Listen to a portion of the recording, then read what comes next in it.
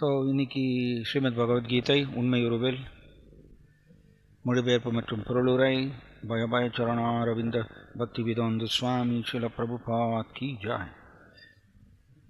அத்தியாயம் 4 பதம் 11. ஏ யதா மாம் பிரபத்யந்தே தாம்ஸ்ததைவ பஜாம்யகம் மம வர்த்மானுவர்த்தந்தே மனுஷ்யா பார்த்த சர்வசः.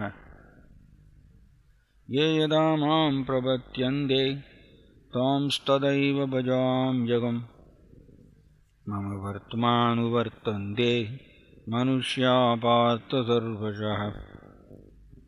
ये यदा मां प्रपद्यन्ते तांस्तदैव भजाम्यहम् मम वर्त्मानुवर्तन्ते मनुष्या पार्थ सर्वशः. மொழிபெயர்ப்பு: என்னிடம் அவர்கள் சரணடைவதற்கு ஏற்றாற் போலவே அவர்களுக்கு நான் பலனளிக்கின்றேன். பார்த்தனே, எவ்விதத்திலும் எல்லோரும் என் வழியையே பின்பற்றுகின்றனர். பொருளுரை: பகவானின் பல்வேறு தோற்றங்களில் ஒவ்வொருவனும் ஸ்ரீகிருஷ்ணரை தேடிக்கொண்டிருக்கிறான். முழுமுதற் கடவுளான ஸ்ரீகிருஷ்ணர் அவரது அவ்யக்த பிரம்ம ஜோதியிலும் அணுப்பகுதிகளுக்கு உட்பட எல்லாவற்றிலும் அமைந்திருக்கும் எங்கும் நிறைந்த பரமாத்மாவாகவும் ஓரளவுக்கே உணரப்படுகின்றார். ஆனால் தூய பக்தரால் மட்டுமே ஸ்ரீகிருஷ்ணர் முழுமையாக அறியப்படுகின்றார். ஒவ்வொருவரது உணர்வுக்கும் அவரே லட்சியம் ஆவதால் தத்தம் ஆவலுக்கு ஏற்ப அவர்கள் அவரை அடைந்து திருப்தி பெறுகின்றனர். ஆன்மீக உலகிலும் கூட பக்தரது ஆவலுக்கு ஏற்ப உறவாடி அவர்களுடன் உன்னத உணர்வில் லயிக்கிறார் ஸ்ரீகிருஷ்ணர். ஸ்ரீகிருஷ்ணரை பரமநாயகனாக ஒருவரும், இணைபிரியா தோழனாய் மற்றொருவரும், காதல் தலைவனாக பிரிதொருவரும் விரும்பலாம்.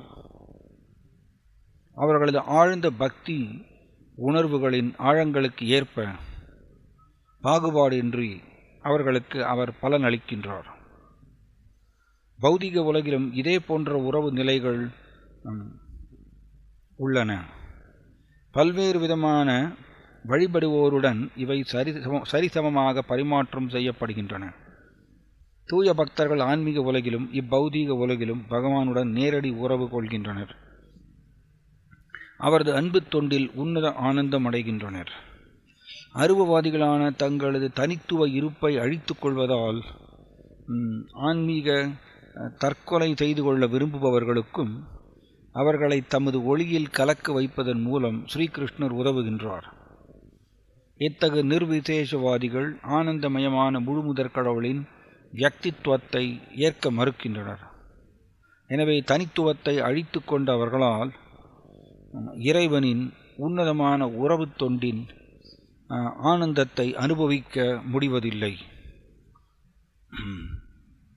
அருவ இருப்பிலும் நிலை கொள்ளாத அவர்களில் சிலர் செயல்களுக்கான தங்களது உறங்கும் இயக்கங்களை தோற்றப்படுத்த மீண்டும் பௌதீக உலகிற்கு திரும்பி விடுகின்றனர்.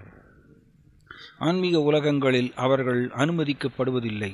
ஆனால் மீண்டும் பௌதீக உலகிலேயே வாய்ப்பு அளிக்கப்படுகின்றனர்.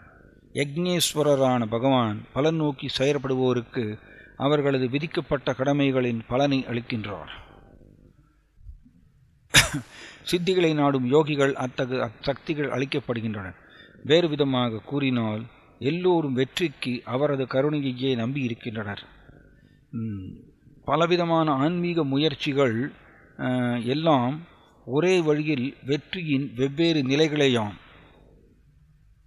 எனவே கிருஷ்ண உணர்வின் உயர்ந்த பக்குவத்திற்கு வந்தடையும் வரை மற்ற எல்லா முயற்சிகளும் அபூரணமானவையாகவே இருக்கின்றன. ஸ்ரீமத் பாகவதத்தில் கூறியுள்ளபடி, அகாம சர்வகாமோவா மோக்ஷகாம உதாரதி தீவிரேன பக்தி யோகேன எஜேத புருஷம் பரம். ஒருவன் பற்றற்றவனாயினும் அது பக்தனின் நிலை. எல்லா பலன் தரு விளைவுகளில் பற்று மிக்கவனாயினும் அல்லது முக்தி விரும்புபவனாயினும் கிருஷ்ண உணர்வில் சென்றடையும் முழு பக்குவத்திற்காக எல்லா முயற்சிகளுடனும் முழு முதற் கடவுளை வந்தனை செய்ய வேண்டும். பாகவதம் 2.3.10. ஓம் தத் சத். ஓம் அஜ்ஞானாதிமிராந்தஸ்ய ஞானாஞ்சனசலாகயா चक्षुरुन्मीलितं येन तस्मै श्रीगुरवे नमः। नमो ॐ विष्णुपादाय कृष्णप्रस्थाय भूतले श्रीमते जयपताकस्वामिन्निति नामिनि। नमाचार्यपादाय नित्याय कृपप्रदायिने गौरगददामदाय नगरगुरामदारिणि।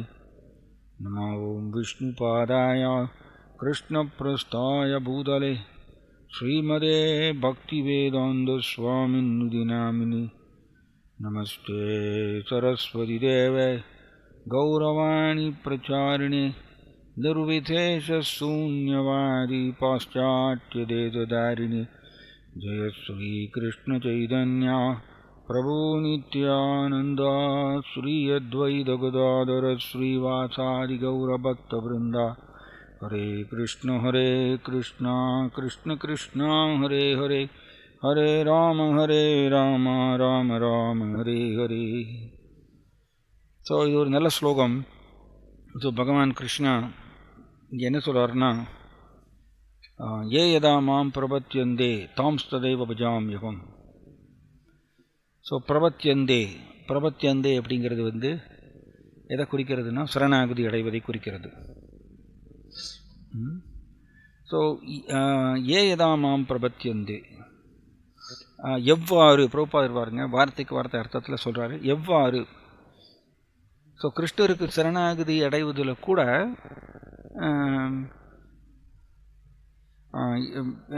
வெவ்வேறு நிலைகள் இருக்குங்கிறது தெரிய வருது.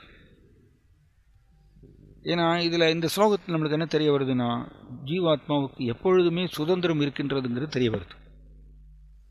கிருஷ்ணர் ஏற்கனவே பகவத்கீதையில் 18வது அத்தியாயத்தில் சொல்லிட்டார், சர்வதர்மான் பரித்யாஜ்ய மாமேகம் சரணம் பிரஜ.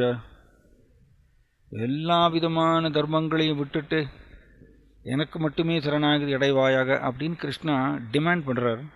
அதாவது கிருஷ்ணர் 100% சரணாகதியை ஜீவாத்மாட்ட டிமாண்ட் பண்ணுறார். ஆனால் ஜீவாத்மா கிருஷ்ணருக்கு சரணாகதி அடைவது எப்பொழுதுமே ஜீவாத்மாவுடைய சுதந்திரமாக இருக்கின்றது. அது கிருஷ்ணருக்கு நல்லாவே தெரியும். ஏன்னா ஜீவாத்மாவை நெருக்குவது சரியல்லைங்கிறது கிருஷ்ணாவுக்கு தெரியும். ஸோ ஏன்னா ஜீவாத்மா ஒரு நபர் ஒரு பர்சன். கிருஷ்ணா நித்யோ நித்யானாம் சேத்தனச்சேதனானாம். கிருஷ்ணா நபர்களிலேயே சீஃப், பிரதானமானவராம். எல்லா விதமான ஜீவாத்மாக்கள்லேயும் பிரதானமான நபர் கிருஷ்ணா. அதனால் அவருக்கு நல்லாவே தெரியும். அதனால தான் நம்மளுடைய பாதையே பர்சனலிஸ்ட் அப்படின்னு சொல்லுவாங்க. பர்சனலிஸ்ட்னா என்ன அர்த்தம்னா, அருவவாதம் மாதிரியே கிடையாது. இது அருவவாதத்தில் தான் பகவானுக்கு ரூபம் இல்லைன்னு சொல்கிறாங்க. பட் இங்கே வைஷ்ணவ தத்துவத்தில் அப்படி கிடையாது. பகவானுக்கு ரூபம் இருக்கிறதை வைஷ்ணவ ஆச்சாரியர்கள் நமக்கு சொல்கிறாங்க. கிருஷ்ணர் பகவத்கீதையில் பல இடங்களில் சொல்கிறார். ஸோ அதனால தான் கிருஷ்ணர் பாருங்கள் இந்த ஜீவாத்மாவுடைய சுதந்திரத்தை மதிப்பு கொடுக்குறார். கிருஷ்ணர் முழுமுதற் கடவுள். அவர் மிக உயர்ந்த அதிபதி, சர்வலோக மகேஸ்வரம், அத்தனை லோகத்தில் இருக்கக்கூடிய ஈஸ்வரன், எல்லாருக்கும் மிக உயர்ந்த அதிபதி. அவர் நினச்சா கட்டுப்படுத்தலாம். எல்லோரும் எனக்கு சரணாகதி அடைஞ்சே தீரணும் அப்படின்னு எப்படி ஹிட்லர் பண்ணார் பார்த்தீங்களா? ஹிட்லர் பண்ணார், ஹிரண்யகசிபு பண்ணார். ஹிரண்யகசிபு பாருங்கள், நல்ல பாயிண்ட். ஹிரண்யகசிபு எல்லோரையும் அடக்கி ஆண்டார், சர்வாதிகாரியாக இருந்தார். ஹிரண்யகசிபு பார்த்திங்கன்னா எல்லோரும் என்னுடைய நாமத்தை சொல்லணும் அப்படின்னு சொல்லிட்டு அவர் பயமுறுத்தினார், இல்லைன்னா தண்டனை கொடுப்பேன்னு. ஸோ எல்லோரும் தேவர்கள் கூட பயந்து நடுங்கினாங்க ஹிரண்யகசிபுவை கண்டு. ஆனால் 5 வயது குழந்தை ஹிரண்யகசிபுவுக்கு பயப்படவே இல்லை. நான் ஹிரண்யகசிபு நாமத்தை சொல்ல மாட்டேன், நான் ஓம் நமோ நாராயணாயா கிருஷ்ணருடைய நாமத்தை தான் நான் சொல்லுவேன் அப்படின்னு சொல்லி அவர் ஒரு 5 வயது குழந்தையினுடைய சுதந்திரத்தை அவரால் நசுக்க முடியல. பாருங்கள், இது இம்பார்ட்டன்ட் பாயிண்ட். இரண்யகசிபு அவ்வளவு பலம் வாய்ந்தவர். அண்டு 14 லோகங்களுக்கு ராஜாவாக இருந்தார். இந்திரன் கூட பயந்து நடுங்கினார். ஆனால் ஒரு 5 வயது குழந்தையினுடைய சுதந்திரத்தை அவரால் நெருக்க முடியல. ஸோ இதை நம்ம புரிஞ்சுக்கணும். எப்படி ஹிரண்யகசிபு ஆட்சியிலிருந்து நமக்கு கிடைக்கக்கூடிய பாடம் என்னென்னா, நாமும் ராஜ்யம் செய்யும் பொழுது, அதாவது நிர்வாகம் செய்யும் பொழுது இந்த ஸ்வபாவத்தை நாம் பிடித்து கொள்ளக்கூடாது.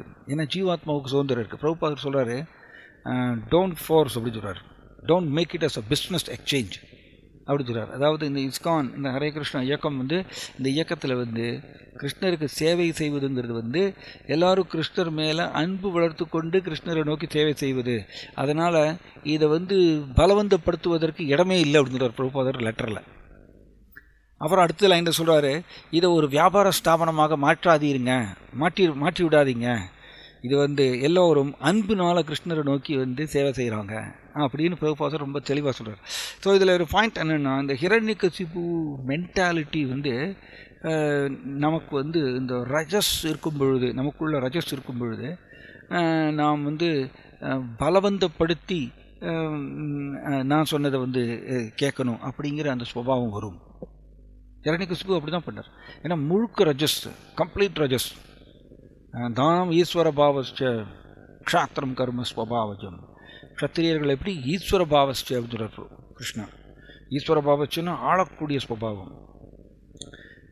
பட் அவர்கள் மறந்து விடுறாங்க, ஜீவாத்மாவுக்கு சுதந்திரம் இருக்குது, அதை நம்ம நெருக்க முடியாது. கிருஷ்ணரே அதை செய்யறதில்லை. கிருஷ்ணரே துளியூண்டு ஜீவாத்மாவுடைய சுதந்திரத்தை நெருக்குவதில்லை. அவர் மிக உயர்ந்த அதிபதி. ஆனால் அவரே ஜீவாத்மாவுடைய குட்டி சுதந்திரத்தை அவர் நசுக்கிறதில்லை. ஆனால் இந்த ஹிரண்யகசிபு போன்ற மனப்பான்மையுடைய ரஜோகுணத்தில் ஆழ்ந்திருக்கக்கூடிய மக்கள் இந்த பூமியில் ஆளும் பொழுது அந்த அடக்கி ஆள வேண்டுங்கிற இதில் அந்த ஸ்வபாவம் வருகின்றது. எல்லோரையும் நசுக்கணும், அப்படி நான் சொன்னதை எல்லோரையும் கேட்கணும் அப்படி. ஆனால் அது புரிஞ்சுக்கணும், ஜீவாத்மா சுதந்திரமான ஒரு ஜீவாத்மா.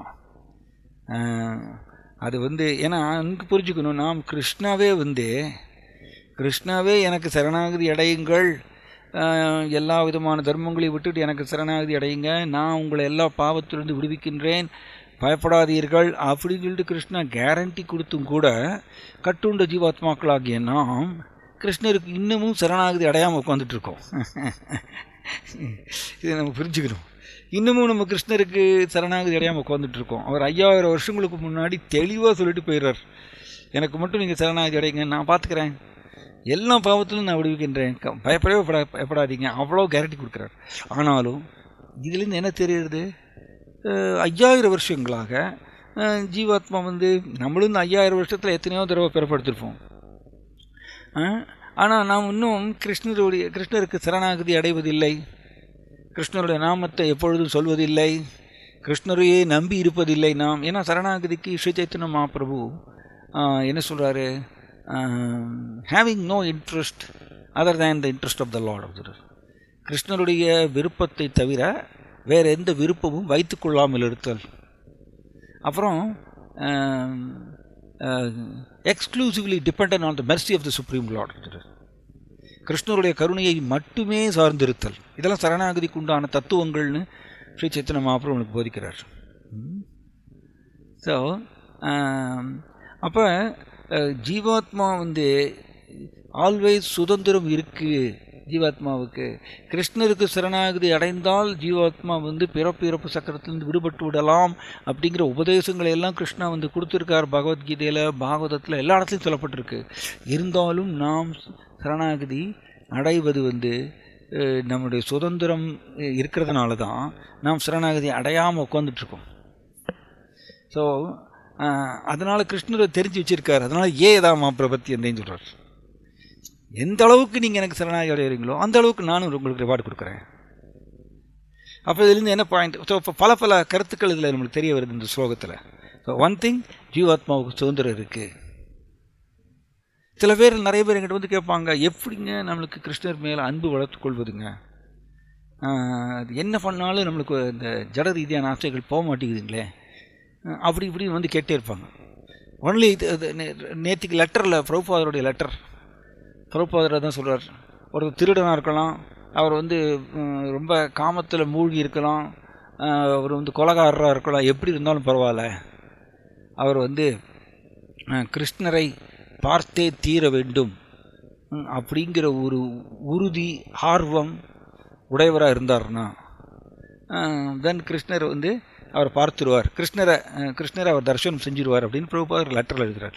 அவர் சிம்பிளி ஜீவாத்மா ஆசைப்பட வேண்டும், அந்த தீவிர ஆசை வேணும், அவ்வளோதான். அந்த சுதந்திரம் தான் அது. அந்த சுதந்திரத்தை பயன்படுத்தி நான் கிருஷ்ணரை அடைந்தே தீர வேண்டும். இதை வந்து அவந்தி பிராமணர் சொல்கிறார், அகம் தரிஷ்யாமி துரந்தபாரம் தமோ முகுந்தாங்கிரி நிஷேவையைவ, அப்படி சொல்கிறார் அவர். அதாவது முகுந்தனுடைய பாதங்களை நிஷேவையைவ இறுக்கி பிடித்து கொண்டு துரந்தபாரம் தமோ, அதாவது ஜட உலகம் எப்படி, ஜட உலகம் தமஸ் அறியாமை நிரம்பிய ஜட உலகம், அந்த துரந்த பாரம் இது கிடக்கவே முடியாதம்மா அவ்வளோ சீக்கிரம். இன்னைக்கு காலையில் மகாராஜ் கூட கிளாஸில் சொல்லிட்டு இருந்தார் பாருங்க, இந்த ஜீவாத்மா வந்து கிருஷ்ணருக்கு சரணாகதி அடையாமல் செப்பரேட்டாக வந்து அனுபவிக்கணுங்கிற அந்த ஸ்வபாவம் ஜீவாத்மாவுக்கு ரொம்ப ஆழமாக இருக்குங்கிறது காலையில் மகாராஜ் வந்து சொற்பொழிவில் சொல்லிட்டு இருந்தார். ஒரு நடந்த ஒரு நிகழ்ச்சி, அதாவது சப்த ரிஷிகள் வந்து சப்த ரிஷிகள் யாகம் செஞ்சுட்டு இருந்தாங்களாம்மா அவங்க சொர்க்கலோகத்தில். ஸோ சப்த ரிஷிகள் யாகம் செஞ்சுட்டுருக்காங்க. அதில் அதாவது சொல்லுவாங்க அத்ரி, பிருகு, குட்சா, வசிஷ்டா, கௌதமா, கானடா அப்படிங்களாம் வரும். இந்த மொத்த சப்த ரிஷிகள் 7 ரிஷிகள். அந்த 7 ரிஷிகளுடைய மனைவிகள் தான் ரொம்ப கற்புக்கரசிகள். வந்து அவங்க வந்து அருந்ததி, அனசூயா, அப்புறம் அகல்யா அப்படிலாம் சொல்லுவாங்க. இவங்களாம் வந்து கற்புக்கரசிகள். ஸோ இந்த யாகம் செஞ்சுட்டு இருக்கும் பொழுது அத்ரி தான் வந்து, அத்ரி முனிவர் தான் வந்து 7 சப்த ரிஷிகளுக்கு பிரதானமானவர் அவர் தான். ஸோ மற்ற ஒவ்வொரு ரிஷிகளும் தன்னுடைய பக்கத்தில் மனைவியை உட்கார வச்சுட்டு அவங்க யாகம் செஞ்சுட்டுருக்காங்க. யாகம் செஞ்சுட்டு இருக்கும் பொழுது அக்னி யாகத்தில் வந்து அக்னியை வந்து வளர்க்குறாங்க, நெய்யை விட்டு விட்டு விட்டு அக்னியை வளர்க்குறாங்க. அக்னி ரொம்ப பெருசாக எரியுது. அக்னி பெருசாக எரியும் பொழுது அந்த அக்னி வந்து எரியும் பொழுது அந்த சப்த ரிஷிகளுடைய மனைவிகளை நோக்கி நோக்கி எரிஞ்சுதோம் அந்த அக்னி. சப்த ரிஷிகள் மனைவிகளை உட்காந்துருக்காங்க, அந்த மனைவிகளை நோக்கி நோக்கி இந்த அக்னி எரிஞ்சுதோம். மற்ற ரிஷிகளுக்கு ஒன்றும் புரியல. அத்ரி முனிவர் வந்து கொஞ்சம் அப்படி பார்க்குறார். அத்ரி முனிவர் கொஞ்சம் ஸ்பெஷல் அவர் ஆக்சுவலி. ஸோ அத்ரி முனிவர் வந்து அப்படி கொஞ்சம் கூர்ந்து கவனிக்கிறார், என்னது இது அக்னி ஒரு மாதிரியா எரிகிறாரு இங்கே அப்படின்னு பார்த்தா அவருக்கு தெரிஞ்சு போயிடுச்சு. இந்த அக்னி தேவர் கவனிக்கணும். அக்னி தேவர் யாகத்தில் சப்த ரிஷிகள் யாகம் செஞ்சுட்டுருக்காங்க, ரொம்ப சுத்தமான ஒரு சூழ்நிலை, ரொம்ப ஒரு என்ன சொல்கிறது, ஒரு புனிதமான ஒரு மனப்பான்மை அந்த ரிஷிகளுக்கு. அப்படி யாகம் செஞ்சுட்டு இருக்கும்பொழுது அந்த அக்னி தேவர் அதை சந்தோஷமாக அந்த ஆகுதியை வாங்கிக்கணும். ஆனால் அந்த அக்னி தேவருக்கு காமம். அந்த அக்னி தேவர் வந்து சப்த ரிஷிகளுடைய மனைவிகளை பார்த்து தொடணும்னு சொல்லிட்டு தீ வந்து அவரை நோக்கி எரியுதாம்மா, மனைவிகளை நோக்கி. இதை வந்து அத்ரி முனிவர் தெரிஞ்சு வச்சுட்டு சாபம் கொடுத்துட்றார். அக்னி தேவரை நோக்கி சாபம் கொடுக்குறாரு, உனக்கு நாங்கள் எவ்வளோ புனிதமான மனப்பான்மையில் நாங்கள் யாகம் செஞ்சுட்டுருக்கோம், நீ வந்து எங்களுடைய மனைவிகளை நோக்கி நீ வந்து காமத்தோட இது பண்ணுறியா அப்படின்னு சொல்லி சாபம் கொடுத்துறார். இதில் பாயிண்ட் என்னென்னா, அக்னி தேவர் ஆக்சுவலி நீங்கள் பார்த்தீங்கன்னா நம்ம யாகமெல்லாம் செய்யும் பொழுது அக்னியை வந்து பகவான் விஷ்ணுவுடைய பிரதிநிதியாக நம்ம யாகத்தில் வந்து வழிபாடு செய்வோம். ஃபஸ்ட்டு யாகத்தீயை வந்து அப்படி வழிபாடு செய்வோம்.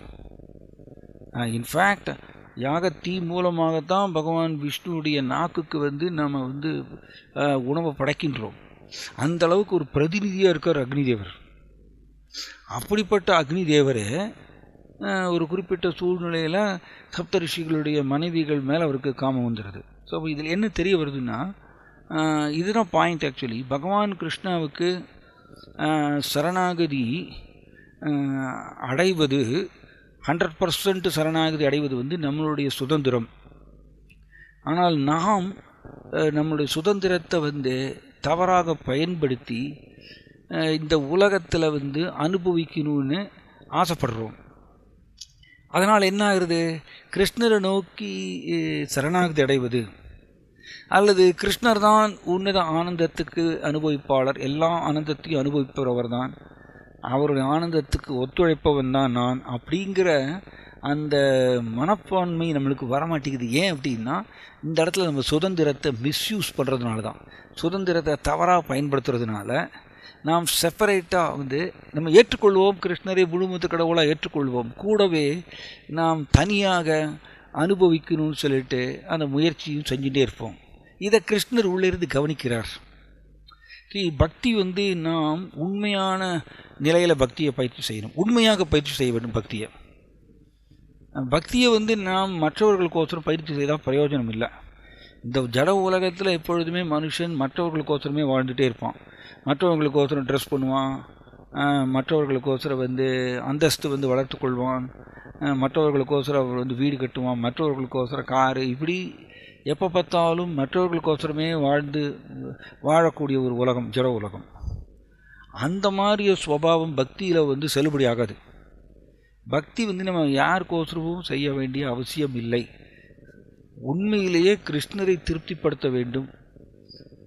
நான் ஜபம் செய்கிறதுனால கிருஷ்ணர் திருப்தி அடைவார், அவருடைய ஆனந்தத்துக்கு நான் ஒத்துழைக்க, அதனால் நான் அவருக்கு சேவை செய்யணும். சம்டைம்ஸ் நீங்கள் பார்த்தீங்கன்னா ஜென்மாஷ்டமி, ரத யாத்திரா, அந்த மாதிரி இதில் எல்லாம் வந்து பலதரப்பட்ட பக்தர்கள் பலதரப்பட்ட சேவைகள் செய்வாங்க. சேவைகள் செய்யும் பொழுது இந்த ஜென்மாஷ்டமி முடிஞ்ச உடனே, ரத யாத்திரா முடிஞ்ச உடனே அந்த சேவை செய்த பக்தர்களெல்லாம் அங்கீகரிக்கும் வகையில் அவங்களுக்கு வந்து ஒரு சில பிரசாதம் பேக்கெட்ஸ், அதுக்கப்புறம் வந்து அவங்களுக்கு பவித்திர மாலை எல்லாம் போட்டு அவரை வந்து ஒரு கௌரவிப்போம்.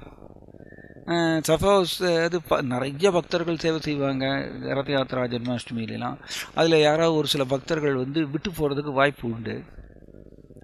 அது நம்ம எக்ஸ்பீரியன்ஸ் பண்ணியிருக்கோம். அந்த மாதிரியா அப்படி விட்டு போகும்பொழுது அவங்களுக்கு வந்து உங்கள் மன வருத்தம், கோபம், என்னையே நீங்கள் எல்லாருக்கும் முன்னாடி அங்கீகரிக்கலை, கௌரவிக்கலை அப்படிங்கிற கோபம். ஸோ இது என்னென்னா, இந்த இடத்துல தான் நாம் வந்து இப்போ கிருஷ்ணர் தான் அனுபவிப்பாளர், நான் அனுபவிப்பாளன் அல்ல, அவருடைய ஆனந்தத்துக்கு ஒத்துழைப்பவன் தான். இதுதான் சரணாகதி மனப்பான்மை. இது 100% சரணாகதி. பாருங்கள், அவ்யபிச்சாரேன்னு அர்த்தம்னா அன்ஃபெயிலிங் இன் ஆல் சர்க்கம்ஸ்டான்சஸ், எல்லா சூழ்நிலைகளிலும் தோற்று போகாமல் இருத்தல். அப்படின்னு என்ன அர்த்தம்? தோற்று போகாமல் இருத்தல்னா, ஏதாவது ஒரு சூழ்நிலையில் நம்ம இந்த அக்னி மாதிரி நம்ம நடந்துப்போம். இந்த அக்னி தேவர் மாதிரியே. அக்னி தேவர் எப்படி சீக்கிரட்டாக அவர் வந்து எரிஞ்சிட்டே இருக்கும் பொழுது யாருக்கும் தெரியாமல் ஃபயர் ரூபத்திலே வந்துட்டு அந்த சப்தரிஷிகளோட மனைவிகளை டச் பண்ணுறதுக்கு போனார் சீக்கிரட்டாக. இப்போ இதே மாதிரி தான். One second.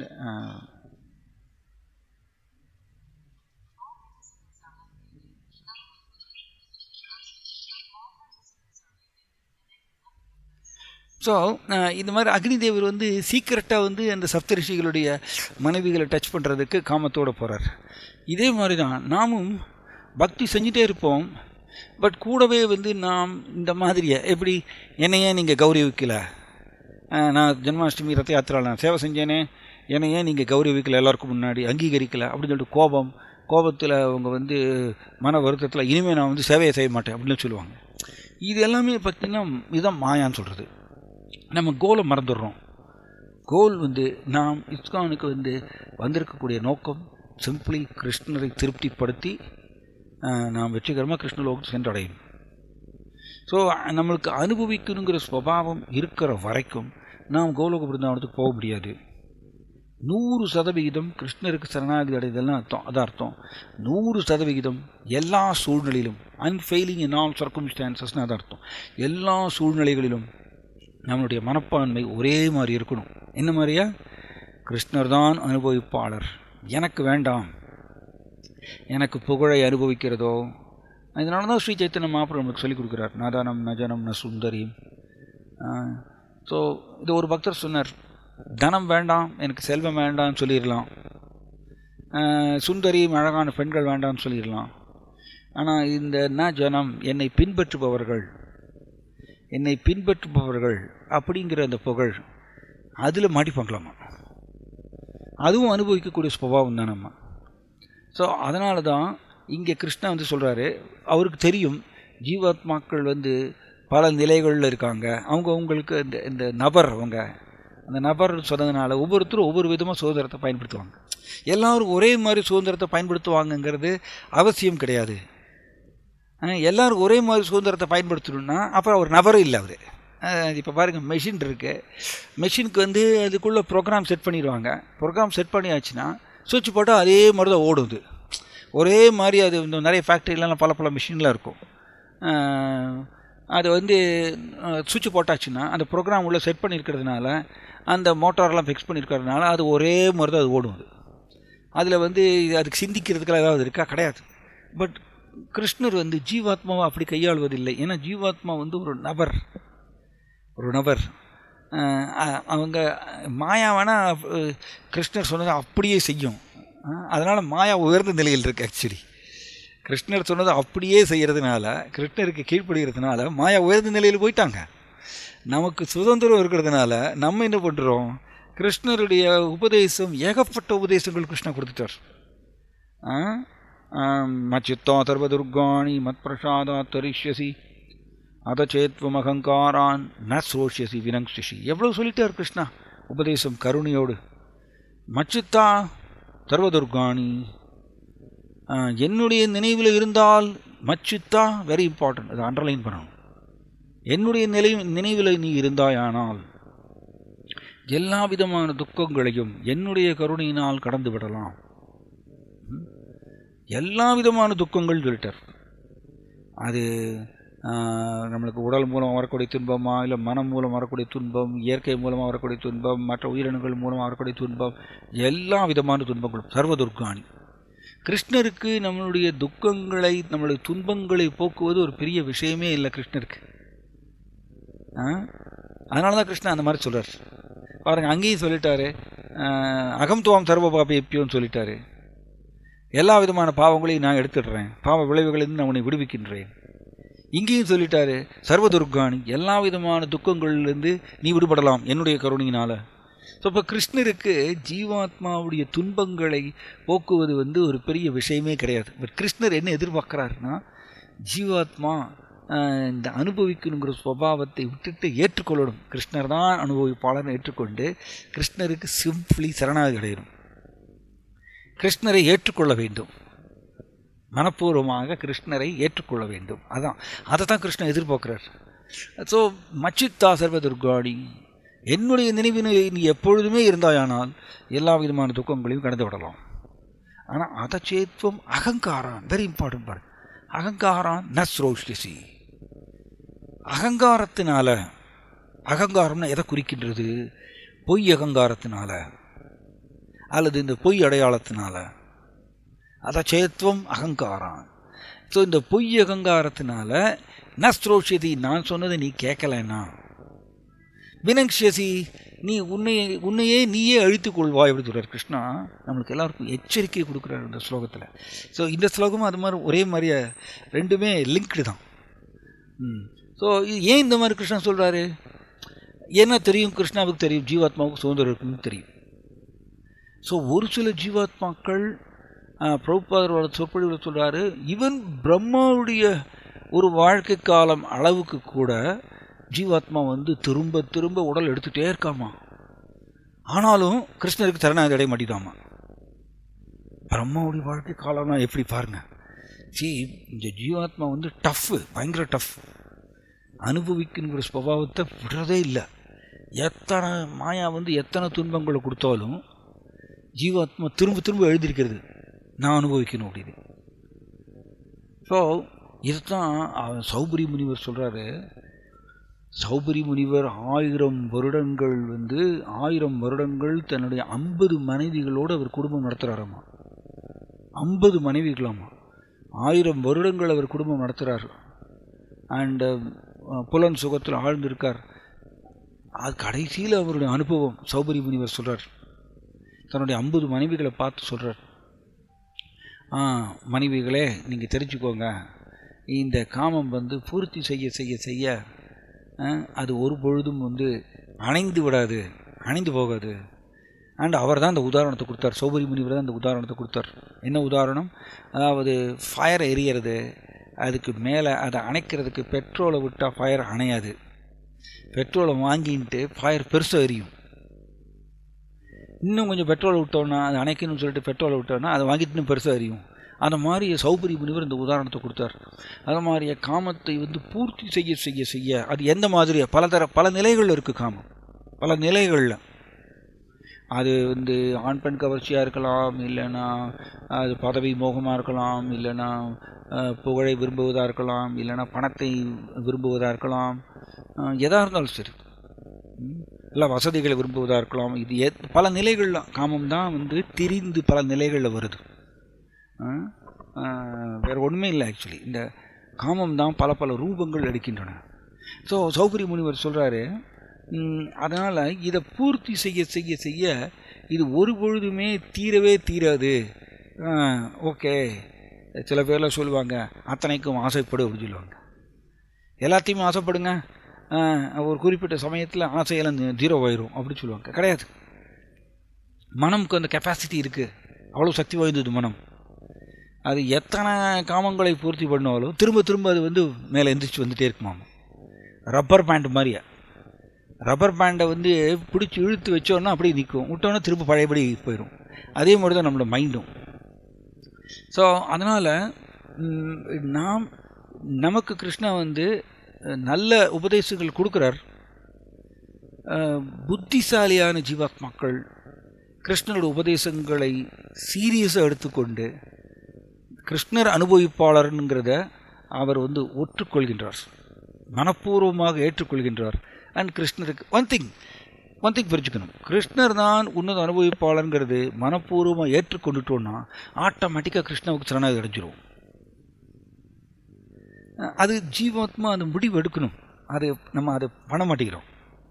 ஸோ நாம் பக்தி செஞ்சுட்டு இருந்தாலும் கூடவே நம்மளுக்கு அனுபவிக்கின்ற சுபாவம் இருந்துகிட்டே இருக்குது.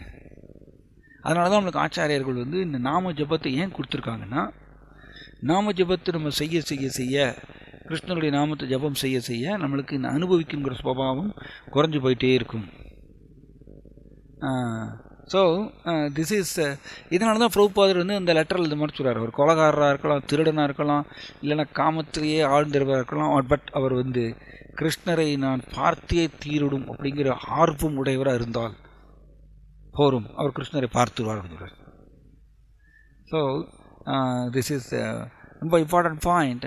அதனால் இங்கே கிருஷ்ணர் நெருக்குவதில்லை, எந்த ஜீவாத்மாவையும் நெருக்குவதில்லை. நாதத்தே கஷ்யதி பாவம் நைவ சுகிருதம் விபுகு அஜ்ஞானேன ஆவிருதம் ஞானம் தேன முக்கியந்தி ஜந்தவக. நான் கிருஷ்ணன் சொல்கிறார், யாருடைய பாவத்துக்கும் நான் பொறுப்பல்ல, யாருடைய புண்ணியத்துக்கும் நான் பொறுப்பல்ல. அஜ்ஞானேன ஆவிருதம் ஞானம், அறியாமையினால் ஜீவாத்மாவுடைய ஞானம் மறைக்கப்பட்டிருக்கின்றது. ஆவிரதம் ஞானம் தேன முக்கியந்து ஜந்தவக அந்த ஜீவாத்மாக்கள் குழம்பி போகின்றன. அறியாமையினால் அவங்களுடைய அறிவு, ஜீவாத்மாவுடைய இயற்கையான தெய்வீக அறிவு மறைக்கப்பட்டிருக்கின்றதுனால ஜீவாத்மாக்கள் குழம்பி போகின்றன அப்படின்னு கிருஷ்ணா பகவத்கீதையில் சொல்கிறார். அதனால் நாம் நினைத்தால் கிருஷ்ணருக்கு இப்பொழுது 100% சரணாகதி அடையலாம். அது நம்மளுடைய சாய்ஸ், நம்மளுடைய சுதந்திரம். பட் நம்ம அதை செய்ய மாட்டோம். நம்ம இதை கேட்டாலும் கூட நம்ம ஸ்டில் நம்மளோட மைண்டு சஜஸ்ட் பண்ணிகிட்டே இருக்கும், நம்மளோட மைண்ட் ஆலோசனைகள் கொடுத்துட்டே இருக்கும். கிருஷ்ணரை தவிர்த்து அனுபவிக்கிறதுக்கு ஆலோசனைகள் கொடுத்துட்டே இருக்கும். நம்ம அதை ஏற்றுக்கொண்டுட்டே இருப்போம். ஆனால் பிரபுபாதரோட சொல்கிறாரு, புலன்களை கட்டுப்படுத்தவில்லை என்றால் ஒரு இடத்துல பிரபுபாதர் சொல்கிறார் இந்த மாதிரியா, புலன்களை கட்டுப்படுத்தவில்லை என்றால் ஆன்மீகத்துக்கு இடமே இல்லை, ஆன்மீக வாழ்க்கையை பயிற்சி செய்வதுங்கிறதுக்கு இந்த இடமே இல்லை, அந்த பேச்சுக்கே இடம் இல்லை அப்படின்னு சொல்கிறார். ஏன்னா நம்ம புரிஞ்சுக்கணும், இந்த உலகத்தில் நாம் இந்த காமத்தை எப்படி பூர்த்தி செய்கின்றோம்? புலன்கள் மூலமாக பூர்த்தி செய்கின்றோம் இல்லையா? ஒவ்வொரு புலனுக்கும் ஒரு புலன் இன்பம் அமைந்திருக்கின்றது. அதன் மூலமாக நம்ம நம்முடைய காம அந்த எண்ணத்தை பூர்த்தி செய்கின்றோம் புலன்கள் மூலமாக. ஸோ அதனால் பிரபுபாதர் இந்த மாதிரி சொல்கிறார், புலன்களை கட்டுப்படுத்தவில்லை என்றால் ஆன்மீகத்துக்கு பேச்சே இல்லை, இடமே இல்லை ஆன்மீகங்கிற பேச்சுக்கு அப்படின்னு பிரபுபாதர் மாதிரி சொற்பொழிவில் சொல்கிறார். So this is important. அதனால் நாம் கிருஷ்ண பக்தியை பயிற்சி செய்யும் பொழுது இந்த ஒரு இது இருக்கணும். அப்போ பல நிலைகளில் சரணாகதி அடையலாம்னு தெரிய வருது. ஒருத்தர் 50% சரணாகதி அடையலாம், அதாவது 50% கிருஷ்ணரை ஏற்றுக்கொள்ளலாம் தன் வாழ்க்கையில், மீதி 50% அவர் அனுபவிக்கணுங்கிற சுபாவம் இருக்கலாம், முயற்சி செய்யலாம் அனுபவிக்கிறதுக்கு, என்ஜாய் பண்ணுறதுக்கு. ஸோ கிருஷ்ணர் என்ன பண்ணுறாரு, உள்ளே உட்காந்துட்டே இருக்கார் பரமாத்மாவாக. உள்ள கிருஷ்ணா உட்காந்துட்டு அவர் பார்க்குறார், ஓகே நான் ஏற்கனவே சொல்லிட்டேன், 100% எனக்கு மட்டுமே சரணாகதி அடை, மாம் ஏக்கம் எனக்கு மட்டுமே சரணாகதி அடைன்னு சொல்லிட்டு நான் சொல்லிட்டேன். இருந்தாலும் இந்த ஜீவாத்மா எனக்கு மட்டுமே சரணாகதி அடைதல்ங்கிறது செய்ய மாட்டேங்கிறாரு. என்னை ஏற்றுக்கொண்டிருக்கார், பரவாயில்ல, பட் ஸ்டில் அனுபவிக்கணுங்கிற சுபாவம் இருக்கு. அதனால் இவருக்கு அதுக்கு தகுந்தாற் போல தான் நான் அவருக்கு ரிவார்டு, என்னுடைய பலனை அளிப்பேன். பலன்னா என்ன? பலன்னா ஜட ரீதியான பலன் அல்ல. கிருஷ்ணர் ஜட ரீதியான பலன் கொடுக்க வேண்டிய அவசியமே இல்லை. ஜட ரீதியான பலன் கொடுக்கறதுக்கு தேவர்கள் போரும். ஏன்னா கிருஷ்ணன் முழு முதற் கடவுள். அவருடைய விருப்பம் என்னன்னா ஜீவாத்மா தன்னுடைய உலகத்துக்கு திரும்பி வரணுங்கிறது மட்டும்தான் கிருஷ்ணனுடைய ஒரே விருப்பம். அதனால் அவர் ஜட ரீதியான பலன்களை கொடுக்கறதுக்கு கிருஷ்ணர் வர வேண்டாம். அதுக்கு அவர் ரெப்ரசன்டேட்டிவ்ஸ், அவருடைய பிரதிநிதிகள் இருக்காங்க, தேவர்கள், அவங்க பார்த்துப்பாங்க. அது இந்த தேவரை வழிபாடு செஞ்சால் இந்த ஜட ரீதியான பலன்களை அவங்க கொடுத்துருவாங்க. ஆனால் கிருஷ்ணர் ரொம்ப அக்கறையோடு இருக்கின்றார். சீக்கிரமாக அந்த ஜீவாத்மாவுடைய ஜட உலக பிரயாணத்தை கம்ப்ளீட் பண்ணி முடிக்கிட்டு சீக்கிரமாக என்கிட்ட வரணும் அப்படிங்கிறது கிருஷ்ணர் எதிர்பார்க்குறார், ஏங்குறார் ஆக்சுவலி. அதனால் அவர் கொடுக்கக்கூடிய பலன் வேற. நான் பலன் அளிக்கின்றேன் அப்படிங்க சொல்லப்பட்டிருக்குன்னா, கிருஷ்ணர் கொடுக்கக்கூடிய பலன் என்னது? கிருஷ்ணருடைய கருணை. கிருஷ்ணருடைய கருணையை நாம் பெறும் பொழுது ஜட ரீதியான விஷயங்களில் நமக்கு அக்கறை, இன்ட்ரெஸ்ட் குறைய ஆரம்பிக்கும். இதுதான் கிருஷ்ணருடைய கருணை. Very important. இது நாம் கொஞ்சம் பக்தி செய்கிறோம், பட் மீதி நாம் புலன் இன்பத்தை அனுபவிக்கணுங்கிற சுபாவம் இருக்குது. நம்ம முயற்சி பண்ணிகிட்டே இருக்கோம், அனுபவிச்சுட்ருக்கோம், பிளான் பண்ணி அதை அனுபவிச்சுட்டே இருக்கோன்னு இருக்கும். அப்படின்னா கிருஷ்ணன் என்ன பண்ணுறாருன்னா, ஓகே ரைட், நீ 10-15% தான் என்னை நோக்கி சரணாகதி அடைகிற, என்னை ஏற்றுக்கொண்டிருக்க, அதனால் அந்த அளவுக்கு நான் உனக்கு பரிமாற்றம் செய்கின்றேன்னு தன்னுடைய கருணையை வழங்குவார். அந்த கருணையை வழங்குறது என்ன ஆகுறதுன்னா, அதற்கு தகுந்தாற் போல் ஜட ரீதியான விஷயங்களில் ஒரு சில விஷயங்கள்லேருந்து நம்மளுக்கு பற்றின்மை ஏற்படலாம். சில பேர் பார்த்திங்கன்னா பாருங்களேன், பயங்கர ஒண்டர்ஃபுல். ஆக்சுவலி ஒரு பெரிய சயின்ஸ் இது. இந்த ஜீவாத்மா அதன் பாணியில் தான் அது போகும், அதன் பாணியில் தான் அது நகரும். ஆக்சுவலி கிருஷ்ணரோட சரணாகதி அடைவது அதனுடைய பாணியில் தான் அது நகரும், அதனுடைய ஓன் ஸ்பீடில் தான் அது போகும். யாரும் அதை இது பண்ண முடியாது, ஜீவாத்மா இருக்க முடியாது. கிருஷ்ணரே அதை பண்ண மாட்டேங்கிறார். ஸோ அதனால தான் கிருஷ்ணன் இங்கே என்ன சொல்கிறாரு, எந்த அளவுக்கு பண்ணுகின்றாரோ அந்த அளவுக்கு. அப்போ பாருங்கள், ஒரு சில பக்தர்கள் பார்த்திங்கன்னா இதை இந்த ப்ராக்டிக்கலாக அந்த ஸ்லோகத்தை நம்ம ப்ராக்டிக்கலாக பார்க்கலாம். ஒரு சில பக்தர்கள் பதவியிலேருந்து, அதாவது எப்படி சொல்கிறதுன்னா, அவங்க பெண்களோட கவர்ச்சியிலேருந்து விடுபட்டிருப்பாங்க, பணத்தினுடைய கவர்ச்சியிலேருந்து விடுபட்டிருப்பாங்க. ஆனால் அவங்க பதவி புகழ்களுங்கிற அந்த கவர்ச்சியில் மாட்டிப்பாங்க. ஸோ அப்போ இது என்னது? இப்போ இது என்னதுன்னா, கிருஷ்ணரை நோக்கி பக்தி செஞ்சதுனால கிருஷ்ணர் அவருக்கு கருணையை வழங்குறார். அந்த கருணையை வழங்குறதுனால அவருக்கு இந்த பெண்கள் மேலேயும் பணத்து மேலே இருக்கக்கூடிய கவர்ச்சி கிருஷ்ணருடைய கருணையினால் அவருக்கு அந்த பற்றின்மை ஏற்படுகின்றது. ஆனால் அவர் 100% கிருஷ்ணரை ஏற்றுக்கொள்ளாததுனால மனப்பூர்வமாக எல்லா சூழ்நிலைகளிலும் கிருஷ்ணரை ஏற்றுக்கொள்ளாததுனால கிருஷ்ணர் என்ன பண்ணுறாரு, இந்த இதை வச்சிடுறார். பதவி புகழ் அப்படிங்கிற அந்த கவர்ச்சியில் அவரை உட்கார வச்சுருவார். அதில் அவரை கஷ்டப்படுவார். அப்போ அந்த பதவி மூலமாகவும் இந்த புகழ் மூலமாகவும் அனுபவிக்கணுங்கிற அந்த சுபாவத்தினால அவர் கடுமையாக போராடுவார். ஆனால் அவருக்கு நிறைய துக்கங்கள் வந்துகிட்டே இருக்கும். அதன் மூலமாக, அந்த பதவி மூலமாகவே, இந்த புகழ் மூலமாகவே பல பல துக்கங்கள் வரும்.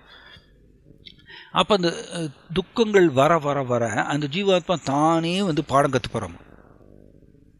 சரி, மாயா கிருஷ்ணா இது மாயாவை ஏன் ஏற்படுத்தியிருக்காருன்னா, இந்த மாயா என்ன பண்ணுன்னா, கிருஷ்ணருக்கு 100% சரணாகதி அடையாத பக்தர்களை எல்லாம் அவங்க துன்பங்களை கொடுத்து கொடுத்து கொடுத்து கொடுத்து அப்படிங்க அவங்கள அந்த ஜீவாத்மாவுக்கு பாடம் புகட்டுவார்கள். ஸோ கிருஷ்ணருக்கு முழுக்க சரணாகதி அடையலைன்னா நமக்கு துன்பம் வரும். மாயா துன்பம் கொடுப்பாங்க. இந்த துன்பம் கொடுக்கும் பொழுது நம்மளை அனுபவிக்கணுங்கிற சுபாவம் குறைய ஆரம்பிச்சிடும். துன்பம் வந்தால் மட்டும்தான் ஜீவாத்மா தானே பாடம் கற்றுக்கும். தமிழில் சொல்லுவாங்க, தலைவலியும் காய்ச்சலும் தனக்கு வந்தால் தான் தெரியும் சொல்லுவாங்க. அந்த மாதிரி தான் நாம் சௌரியமாக இருக்கக்கூடிய சூழ்நிலையில் நம்ம எல்லாமே பேசலாம். ஆனால் வேணுன்ட்டே கிருஷ்ணர் நம்மளுக்கு டெஸ்ட் கொடுப்பார். நம்ம அனுபவிக்கணுங்கிற சுபாவத்தை நம்மளுக்கு தெரிவிச்சு காமிப்பார்.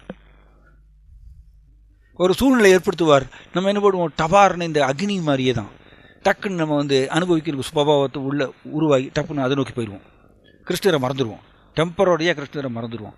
அப்போ தென் இந்த கவர்ச்சினால் நம்ம கஷ்டப்படுவோம். துன்பங்கள், பல பல துன்பங்கள் அனுபவிப்போம். இப்போ ஒருத்தரை நான் சொன்ன மாதிரியே அவர் பெண்கள் பணத்துலேருந்து விடுபட்டுட்டார், அந்த கவர்ச்சியிலேருந்து. பட் பதவி புகழ் அப்படிங்கிறதுல மாட்டிக்கிட்டார். அப்போ அதன் மூலமாக பிற்காலத்தில் அவருக்கு பல பல சங்கடங்கள் வரும். அந்த சங்கடங்கள் வரும் பொழுது சீச்சி இந்த பழம் புளிக்கும் சொல்கிற மாதிரியே அது வேண்டாம்னு ஜீவாத்மா விடுமா. ஸோ இப்படி ரெண்டுமே சேர்ந்து நடக்குது பாருங்க. ஒன் சைடு பக்தி பண்ணுறதுனால கிருஷ்ணருடைய கருணையை பெறுகின்றார். அந்த கருணையினால் அவருக்கு ஜடப்பற்றுகள் போகின்றது, கொஞ்சம் ஜடப்பற்றுகள் போகின்றது.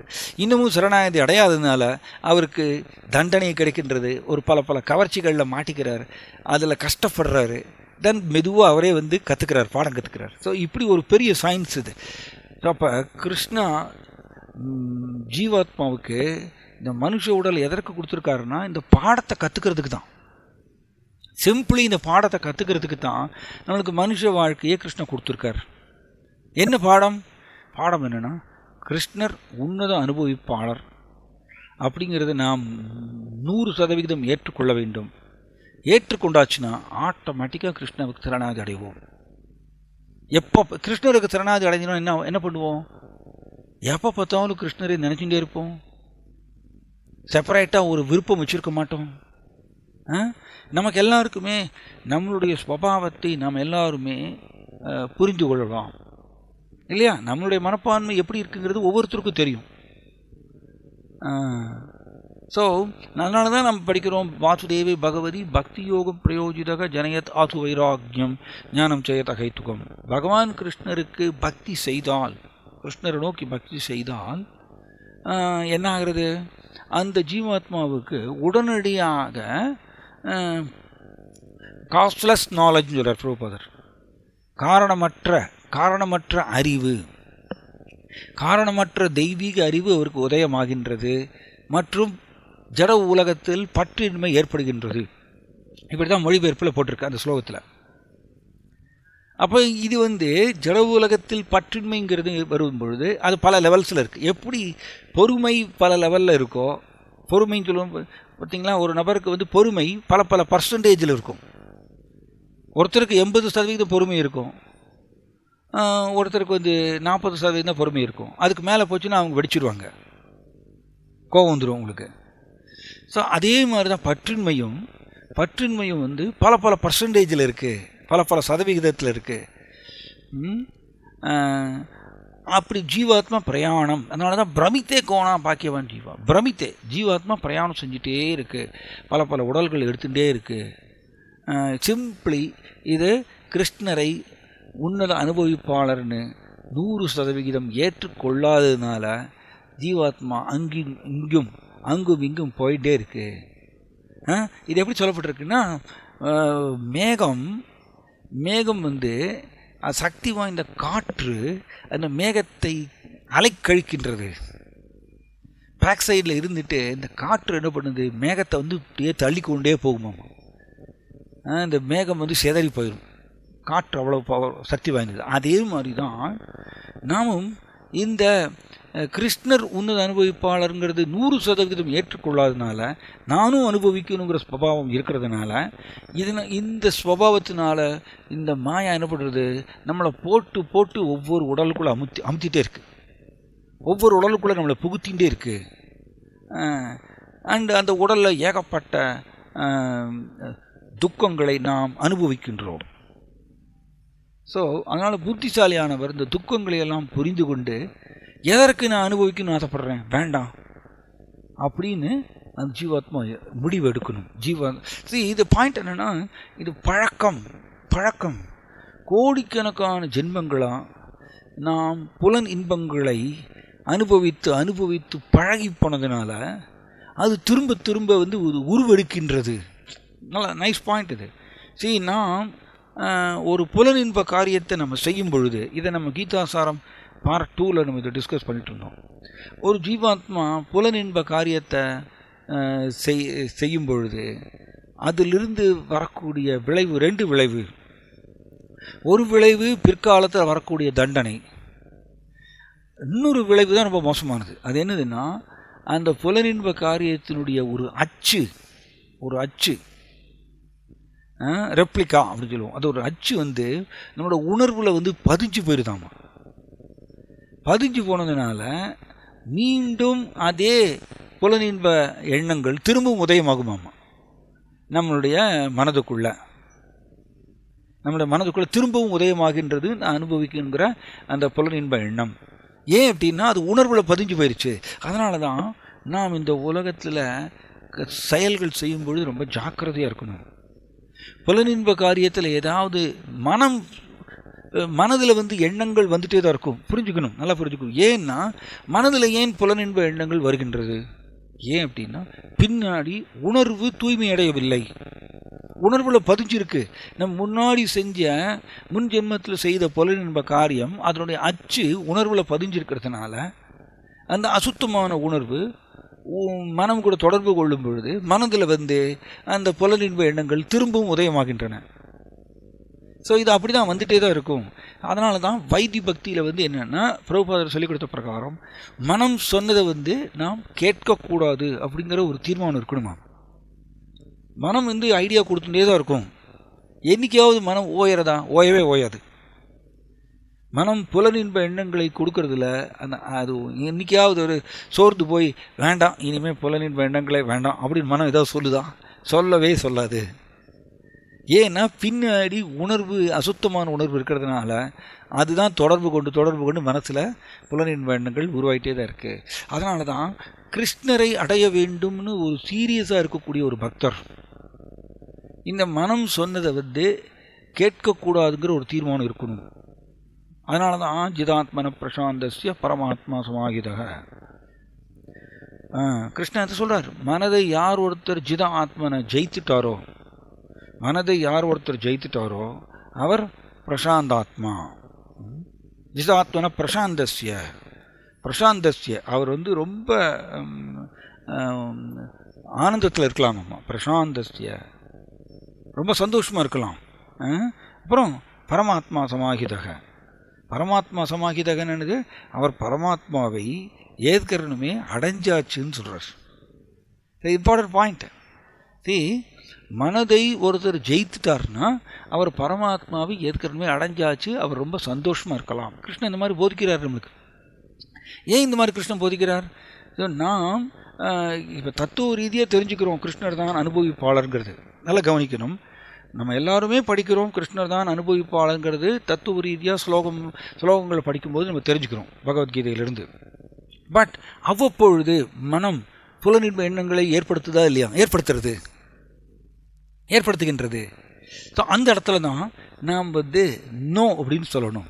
மனம் சொன்னதை நான் கேட்க மாட்டேன் அப்படிங்கிற ஒரு தீர்மானம் இருக்கணும். நான் உண்மையிலேயே இந்த ஜென்மத்தில் நான் கிருஷ்ணர்கிட்ட திரும்பி போகணும். ஏன்னா இந்த புலனின்ப செயல்களை செய்ய செய்ய செய்ய என்ன ஆகிறது, திரும்ப திரும்ப அது உணர்வில் போய் ஒரு அச்சு பதிகிறது. ஒரு புலனின்ப காரியத்தை நம்ம செய்யும் பொழுது பின்னாடி அது தண்டனை அனுபவிக்கிறதுக்கோசரம் நான் ஒரு ஜென்மம் எடுத்தாகணும். அது ஒரு பாயிண்ட்.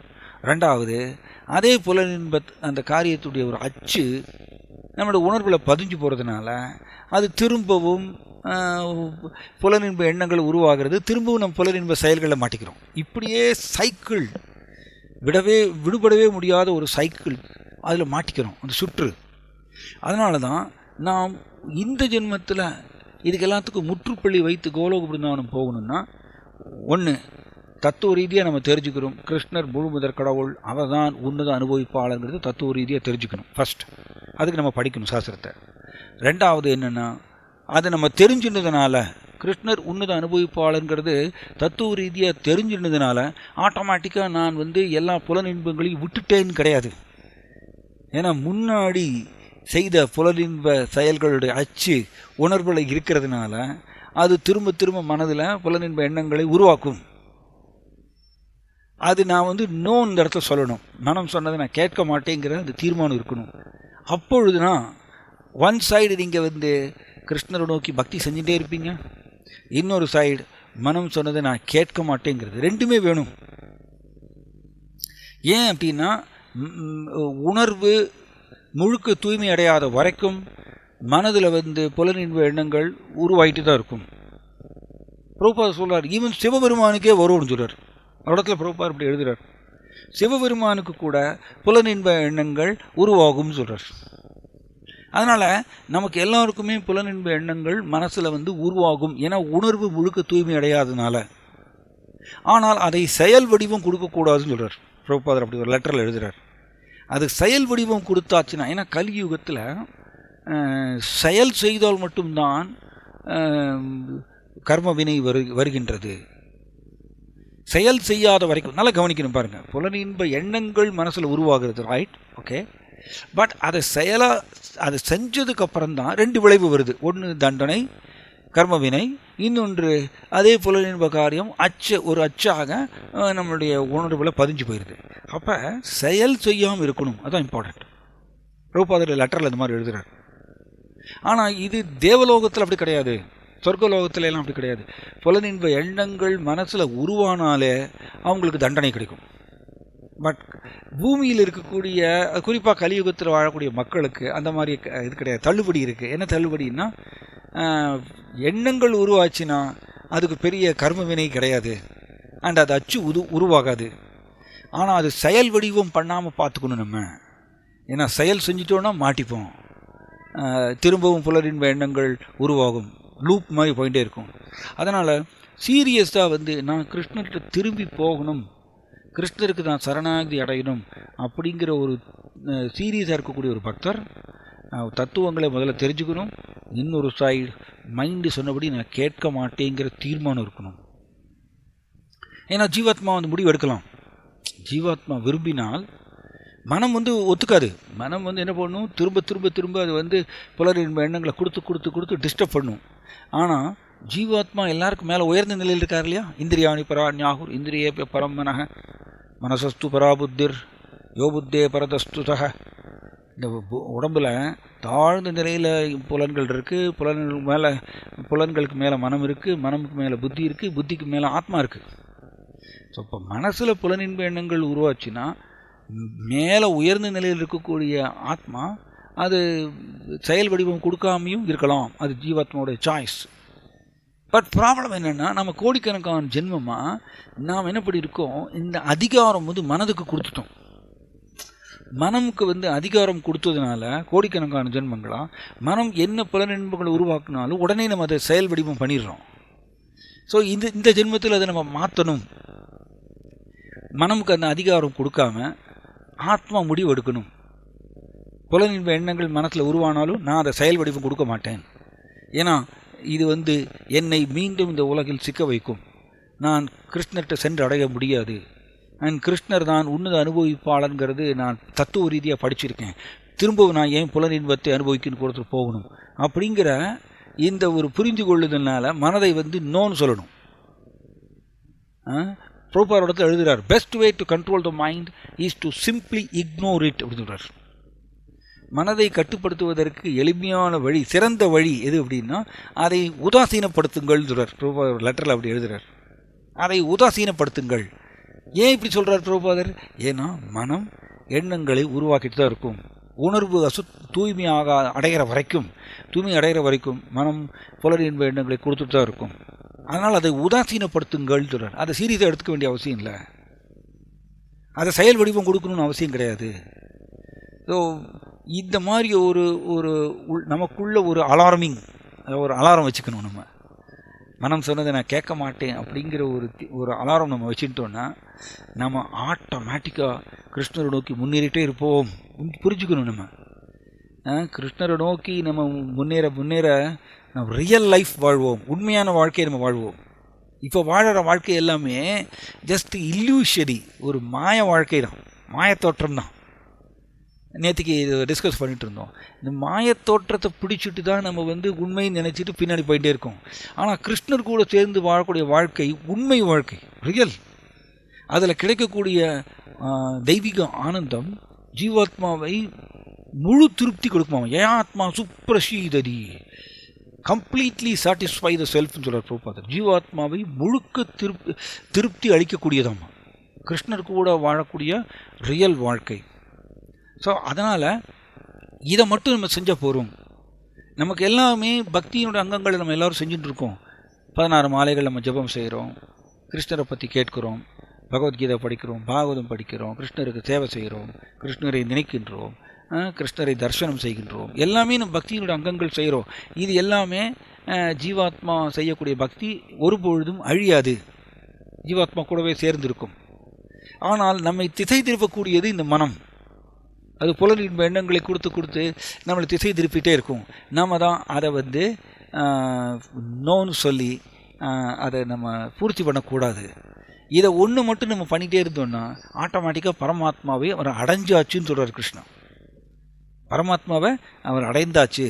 இப்போ கிருஷ்ணர் கூட நம்ம சேர்ந்து வாழ ஆரம்பிச்சிட்டோம்னா அதுக்கப்புறம் எங்கே துக்கம் நம்மளுக்கு? அது பிளிஸ், அது வந்து உன்னத ஆனந்தம். கிருஷ்ணர் கூட நம்ம சேர்ந்து வாழ ஆரம்பிச்சிட்டோம்னா. அதனால் கிருஷ்ணா ஏன் இந்த மாதிரி சொல்கிறாருன்னா, என்னிடம் சரணாகதி அடைவதற்கு ஏற்றாற் போலவே அவர்களுக்கு நான் பலன் அளிக்கின்றேன். ஏன்னா இது ஜீவாத்மா வந்து இது எத்தனை உபதேசங்களை கேட்டாலும் ஜீவாத்மா முடிவு எடுக்கணும். மனம் சொன்னதை நான் கேட்குறதா வேண்டாமா? ஏன்னா மனம் பரம் காரணம் ஆமனந்தி சம்சார சக்கரம் பரிவர்த்த ஏத்தியத். இந்த மனம்தான் மிகப்பெரிய காரணம். நாம் பிறப்பு இறப்பு சக்கரத்தில் சுற்றி வருவதற்கு மூல காரணமே இந்த மனம்தான்னு பாகவதத்தில் நம்ம படிக்கிறோம். அதனால் ஜீவாத்மா இதை முடிவு எடுக்கணும். என்ன முடிவு? மனம் சொன்னதை கேட்குறதா வேண்டாமா? ஸோ நாம் கிருஷ்ணரை சீரியஸாக ஏற்றுக்கொண்டால் மனம் சொன்னதை கேட்க மாட்டோம், தென் கிருஷ்ணருடைய நினைவில் இருப்போம். ஸோ பாருங்கள், ஒன் திங் வந்து பாசிட்டிவ், யமா நியமான் 2 இருக்குது பாருங்கள். யமா நியமாங்கிறது நம்ம எல்லோரும் செய்கிறோம், நியமாங்கிறது செய்யக்கூடியது நம்ம எல்லோரும் செய்கிறோம். அதிகாலை எழுந்திருக்கிறோம், 16 மாலைகள் ஜபம் செய்கிறோம், நம்ம ஏகாதசி விரதம் இருக்கோம், கிருஷ்ணரை தரிசனம் செய்கிறோம், கிருஷ்ணருடைய புகழ் லீலைகளை கேட்குறோம். இதெல்லாம் நியமம். யமாங்கிறது என்னது? செய்யக்கூடாதுங்கிறது. அது ஏன்? மனம் சொன்னதை கேட்கக்கூடாது, அதுதான் பாயிண்ட். ஸோ அந்த ஒரு போர்ஷன் நம்ம செய்யலைன்னு வச்சுக்கோங்க, பிரயோஜனம் இல்லை. இது ஹிஸ் ராதாநாத் சுவாமி மகாராஜ் ரொம்ப அழகாக சொல்லுவார். நம்மளுக்கு ஒரு உடம்பில் ஒரு புண்ணு இருக்குது, அதில் அரிச்சிட்டே இருக்குது அந்த புண்ணு. ஸோ அரிச்சிட்டே இருக்குது, ஓகே. ஸோ ஒரு மருந்து கொடுக்குறாங்க, அந்த மருந்தை வந்து அந்த புண்ணு மேலே போடுறோம். புண்ணு மேலே மருந்து போடணும் ஒன்று. 2வது அரிக்கக்கூடாது. புண்ணு மேலே மருந்தையும் போட்டுட்டு அரிச்சிட்டே இருந்தோம்னு வச்சுக்கோங்க, அது புண்ணு பெருசாகிட்டே தான் இருக்கும், அந்த மருந்து ஒர்க் ஆகாது.